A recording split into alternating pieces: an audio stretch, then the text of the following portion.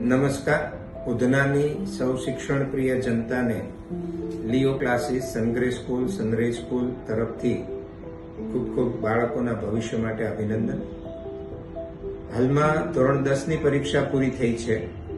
11મા ધોરણમાં પ્રવેશ માટે ઘણી બધી શાળાઓ, ઘણા બધા ટ્યુશન ક્લાસીસો પ્રયત્ન કરશે બાળકને પોતાને ત્યાં એડમિશન લેવા માટે. વાલીઓ, મારે તમને ખાસ ધ્યાન દોરવાનું છે કે એવી કોઈ લોભામણી સ્કીમમાં, જાહેરાતોમાં ફસાઈ ન જતા.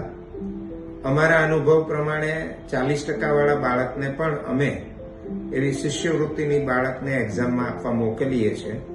પછી એ બાળક એમાં પણ 40% બોર્ડમાં હોય, પણ એ ત્યાં 70%થી 80%થી પાસ થઈ ગયો છે, એને 20% શિષ્યવૃત્તિ મળે એમ છે.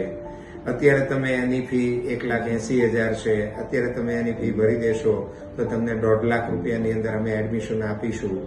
આવા નિર્ણયો લઈને વાલીઓ ક્યારેક એમાં ફસાઈ જતા હોય છે. મારું ખાસ કહેવાનું છે કે ટકાવારીને ધ્યાનમાં ન લેતા બાળકનો સર્વાંગી વિકાસ થાય એવી શાળાઓ પસંદ કરો જ્યાં બાળકને અનુરૂપ વાતાવરણ હોય, બાળક ત્યાં વિકસી શકે, ખીલી શકે એવી શાળાઓ 10, 11, 12 માટે પસંદ કરવા માટે હું વિનંતી કરું છું. હું એવું નથી કહેતો કે અમારી શાળામાં આવો, પણ પાસ્ટ ટ્રેક રેકોર્ડ જુઓ કે કઈ શાળાના બાળકો અત્યારે કયા લેવલ ઉપર છે. ઘણીવાર ખૂબ A1 ગ્રેડ સાથે ગાજેલા બાળકો જિંદગીમાં નિષ્ફળ જતા હોય છે અને 50 કે 60% લાવેલા બાળકો જિંદગીમાં ખૂબ સારી રીતે આગળ વધતા હોય છે, સુખી થતા હોય છે.